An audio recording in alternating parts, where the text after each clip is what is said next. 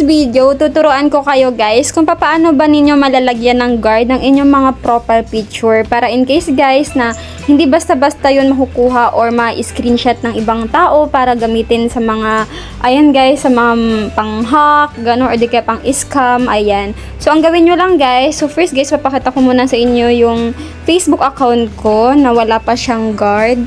Ayan, punta lang tayo dun sa profile ko. So, as you can see guys, walang guard dito sa profile ko. Ayan. So, para hindi basta-basta guys yan makukuha ng ibang tao, masisave or ma-screenshot.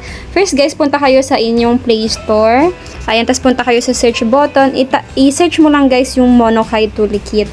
Ayan, itong pangalawa guys. Tapos as you can see, naka-open na sa akin. So, pag i-open mo yan guys, may lalabas dyan na login guys. So magla-login kayo, i-open mo lang yung Facebook account mo doon. Ilagay mo lang email mo, tsaka yung password mo.